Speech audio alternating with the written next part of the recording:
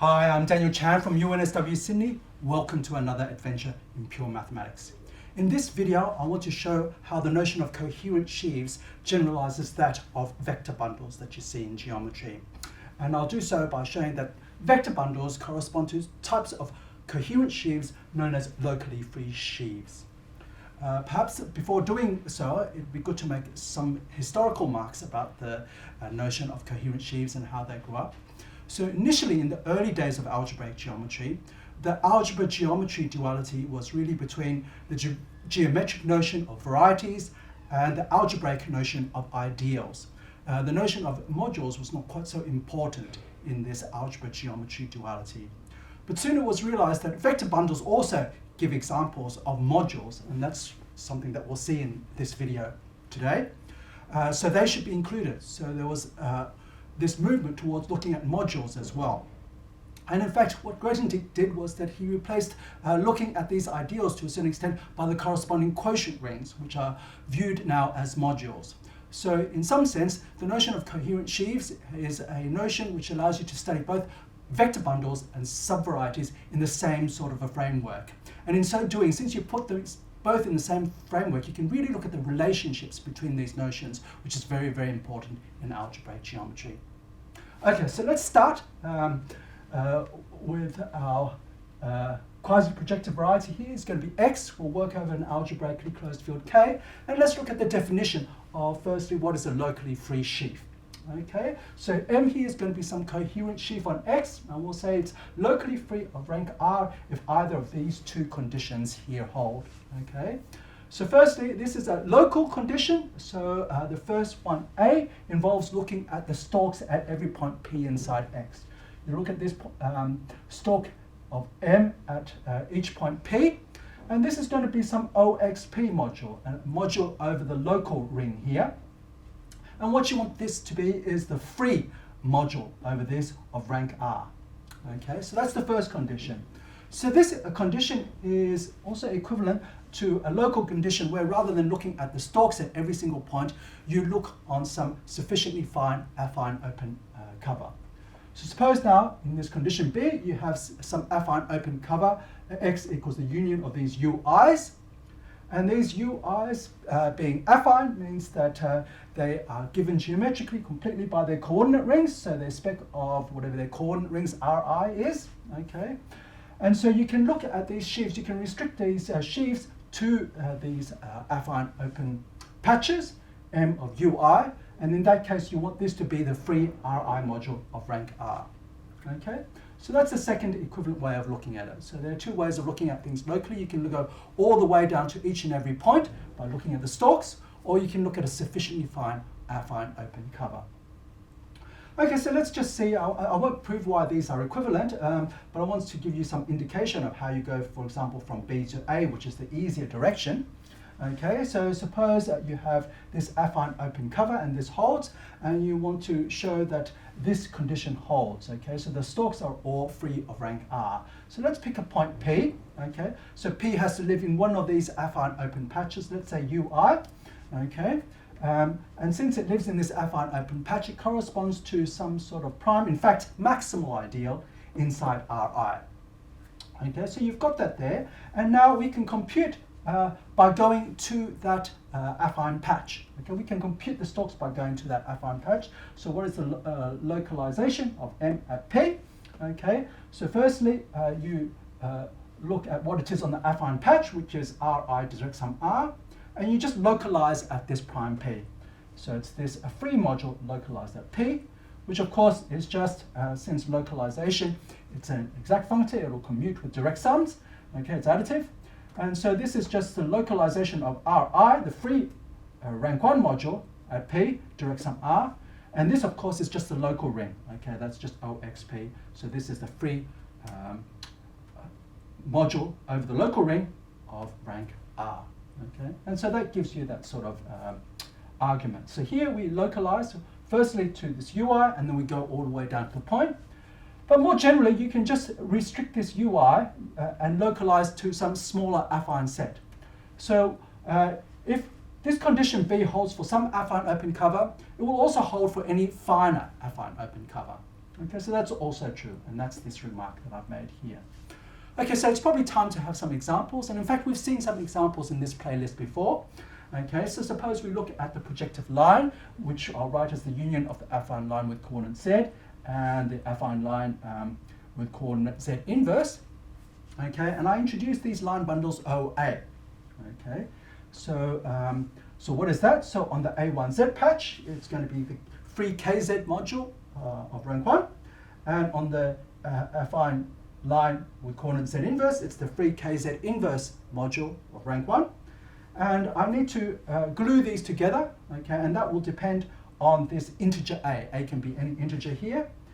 So what we do is we restrict the sheaves to the intersection, okay, so if this is where you think about where z is not infinity and this is where z is not 0, so here you're removing z equals 0 and infinity, okay, so the coordinate ring of that affine open, which is the intersection, is kzz inverse. Then this gluing that you have here is given by multiplication by z to the minus a. So note that z to the minus a in this ring is going to be a unit, so you get an isomorphism. Okay, so they're glued, these two free modules are glued in a funny way together, okay, to give you this sheaf here, this coherent sheaf here. And as you can see, well, from part B directly, okay, this is a free module rank 1, this is a free module rank 1, so straight away you can see that this is a locally free sheaf of rank 1, and something that we've seen before, and it's actually quite easy to work with. Okay, so that's the coherent sheaf side of things. Let's go over to the vector bundle side of things and see how those vector bundles actually give you examples of locally free sheaves. Okay, so this is actually something which is general principle that occurs in geometry. Okay, so we're going to consider a vector bundle V on some variety, but this general principle also makes sense if X is a manifold and V is a vector bundle in the sense of manifolds on that manifold, or V is a topological vector bundle on a topological space. Okay, you can do this. You can use this approach in all those contexts. Okay, so what we do is that if we're given such a vector bundle, we can get a sheaf. Okay, so what's that sheaf? Okay, so to get a sheaf, you need to say what it is on every open set. Okay, so U is the open set, and what it is it's just the set of all sections from U to V. Okay, so let's just remind ourselves what that means. Okay, so it's a function from U to V. Okay, so what's V? Remember, V is a vector bundle, so at every point U, okay, it gives you some vector space. And the sections are basically the types of functions such that it sends any element U, okay, f of U has to land in that corresponding vector space that's sitting above U, VU. And this function here, it should be in the category that you're looking at, okay? So if you're talking about varieties, this should be an algebraic sort of a morphism. If it's manifold, smooth. If it's a topological space, this should be continuous.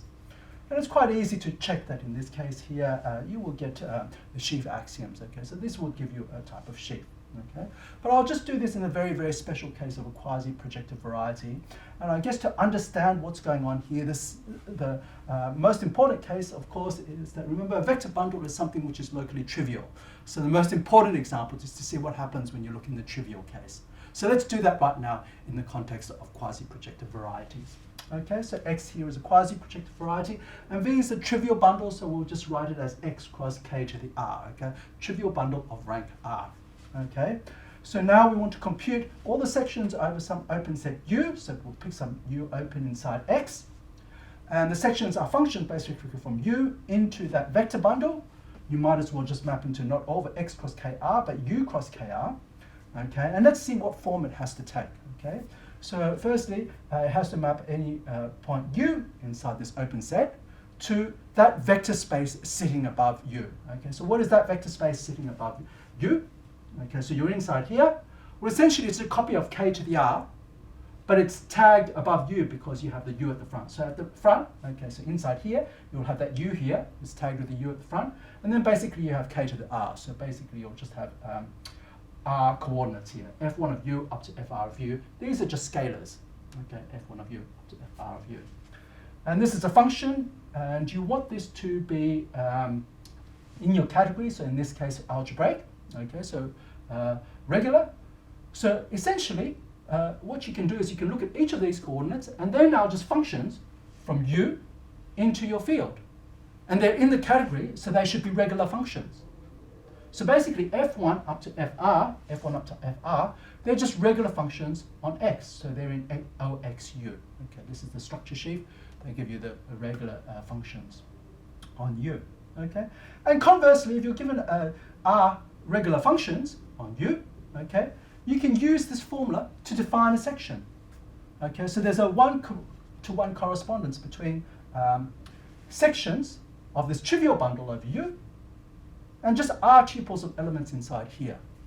So if you look at the set of all of these, what is this? The set of all R tuples of this, so it's basically just this set here, OXU direct sum R. Okay, so it's the free OXU module of rank R. And this is true for every U, so that means that this V really, what is it? It's just, so to speak, the free OX module, this coherent sheaf OX to the direct sum R. So remember, OX is a coherent sheaf, so you can take direct sums of coherent sheaves. Okay, so this here, it's very clear, okay, that this here is going to be a locally free sheaf, okay, and you can see from this description here, if U is affine open, you see, any affine open, then this will hold. Okay, so this is the case where part B holds for every affine open cover. Okay, for every affine open cover that holds. Okay, so that gives you the first and most important example of the relationship of going from a vector bundle to a coherent sheaf. Okay, so that's the trivial bundle here of rank R, and the corresponding coherent sheaf that you get is just this free, so to speak, coherent sheaf, OX direct sum R. Having seen that trivial vector bundles correspond to free coherent sheaves, let's now look at the correspondence in general. And the way that I'll do that is via transition functions, which is quite a good way to see what's going on here. So we'll start here now with V, a rank R vector bundle on our quasi-projective variety X.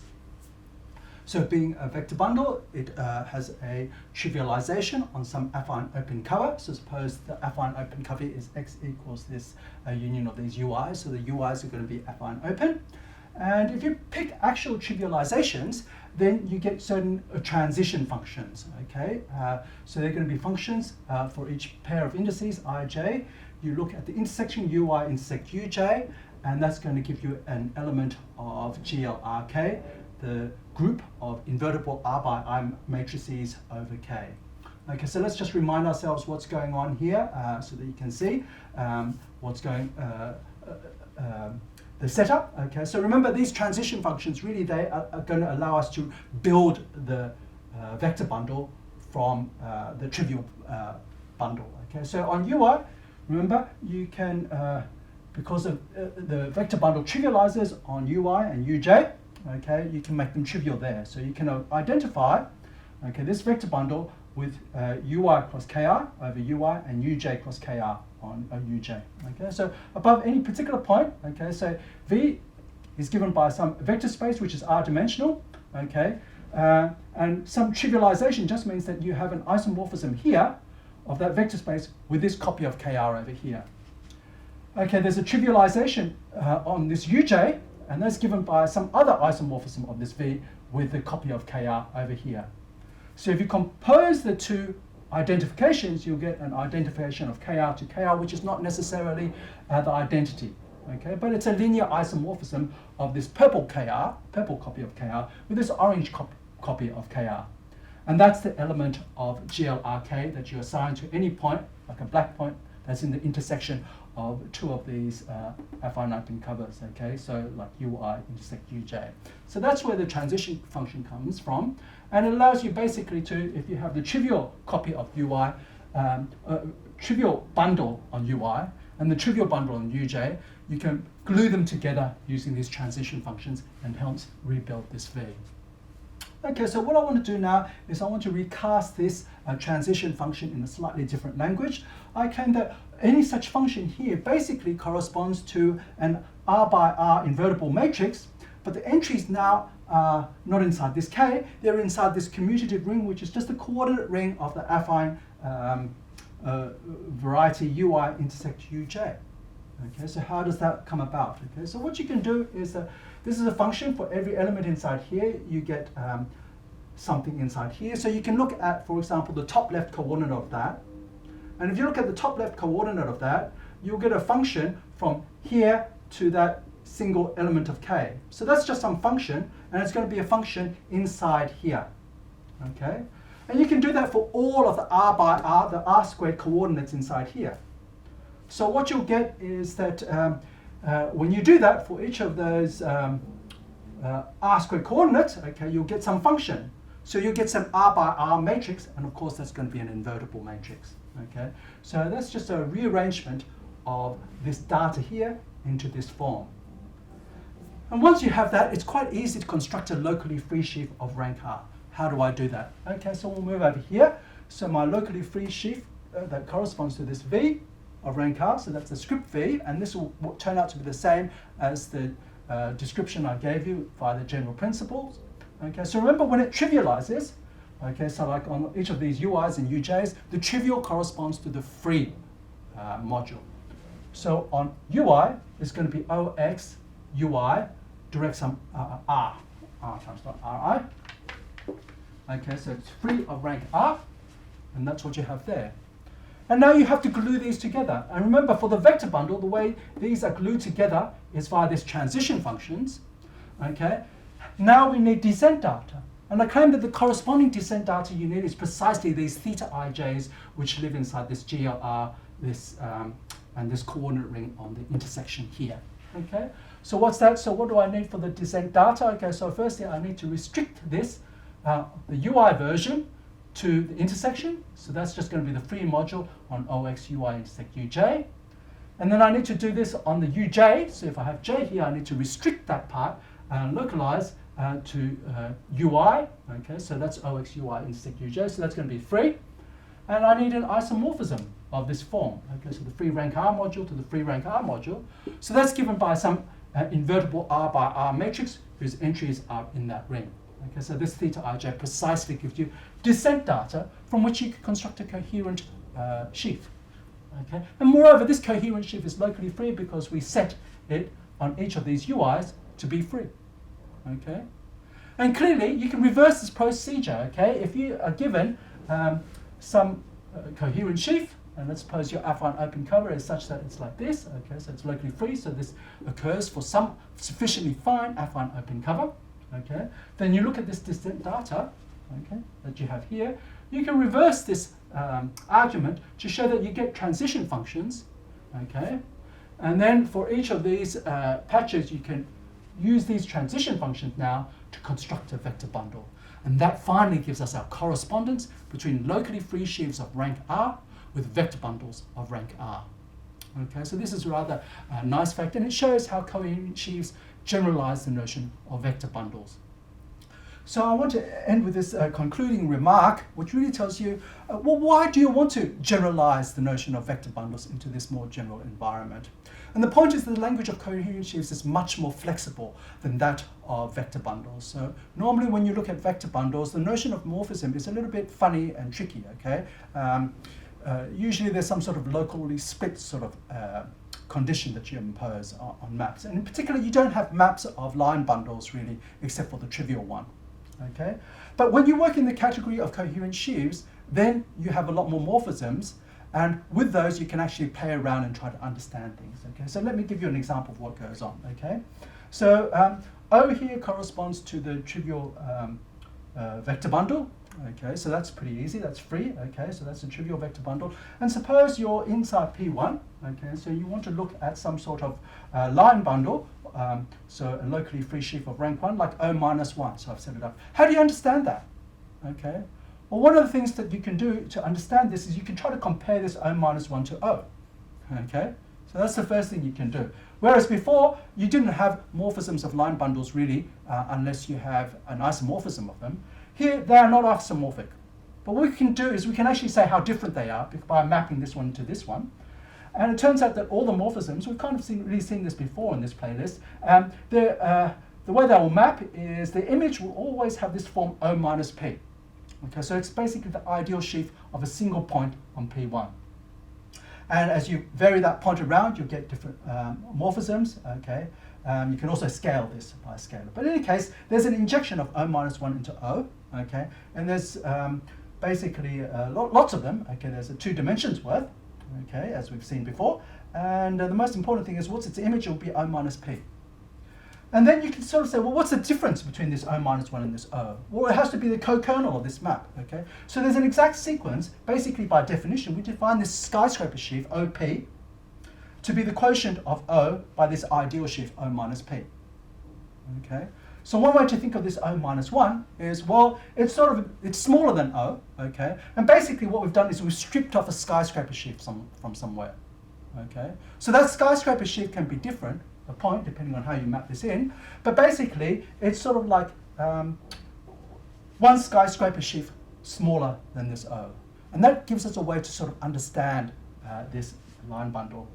Okay? And it also suggests something that's very, very interesting, in particular the theory of Chern classes here. Okay? So this is a way where you relate notions of vector bundles, and in particular here line bundles, with varieties. And this is a very, very important and common theme in algebraic geometry. I hope you enjoyed this adventure in pure mathematics.